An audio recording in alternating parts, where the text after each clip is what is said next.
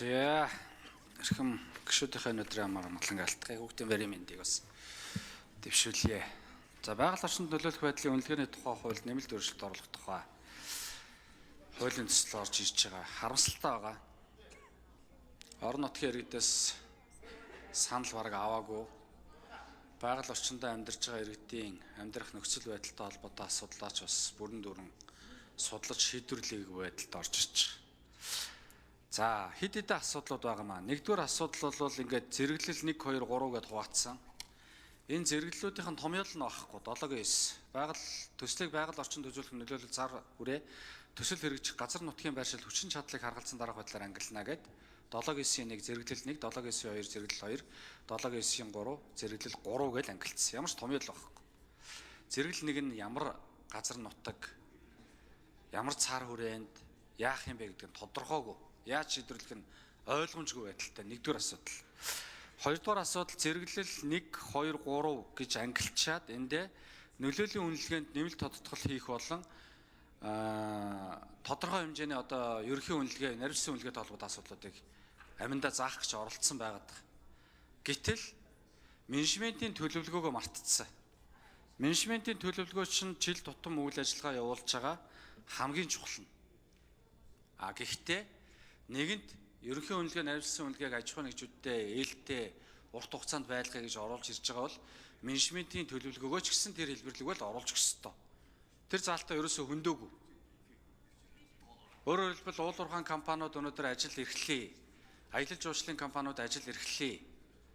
Дэд бүтэц, барилга байшинтай холбоотой үйл ажиллагаа явуулъя гэвэл энэ менежментийн төлөвлөгөөгөөр жил тутамдаа тодорхой хэмжээнд байгаль орчинд нөлөөлөх зардал хөрөнгө мөнгөний асуудлуудыг шийдвэрлэж гарч байгаа. Гэтэл энэ дээрээ хөндөөг орхицсан. Жил болгон батлна. Хэрвээ тэр батлагдахгүй бол тухайн компани үйл ажиллагаа, тухайн бизнес эрхлэгчдийн үйл ажиллагаа явахгүй. Ийм сөргөлдөөнтэй заалтууд энэ дотор байгаамаа. Дээрээс нь олон улсын банкны баталгаа гэдгийг анх бид нар бас Mining Week-ээр оруулж өгөөд уул уурхайн компани, бусад компаниуд бас дэмжиж ийсэн. Яхаараа компани хөрөнгийг, мөнгө хөрөнгийг үйл ажиллагаа явуулах зардалт нь тусгуулахгүйгээр барьцаа хөрөнгөөр авч үлдээд идэм бэ. Банкны баталгаа гэж байгаа шүү дээ. Ялгаа байхгүй. Хэрвээ ямар нэг өрсөлдөл үүсвэл банкны баталгаагаар хангах үүрэг нь байдаг. Гэтэл энэ харилцааг тэр чигт нь орчиж байгаа. Байгаль орчны яам байгаль орчны нөлөөлөх байдлын үнэлгээний тухай хуулиар төсөв бүрдүүлэх үүрэг хүлээхгүй шүү дээ. Яагаад өнөөдөр заавал аж ахуйн нэгжүүд өөрсдөө бэлэн мөнгө хөрөнгөө эргэлдүүлээд үйл ажиллагаагаа явуулаад эдийн засгийн эргэлтээ бий болгочих ёстой байтал барьцаанд авч үлдээд байгаа юм бэ гэдэгт холбоотой асуудал байгаа. Тэгээ энийг шийдээгүй. Уул нь бол энэ хуулиар илүү тодорхой болгож өгөх ёстой. Өнөөдөр төр болон иргэний хооронд олон зөрчилдөөнтэй асуудлууд бий. Энэ зөрчилдөөнийг шийдвэрлэж чадахгүйгээр оруулж ирж байгаа.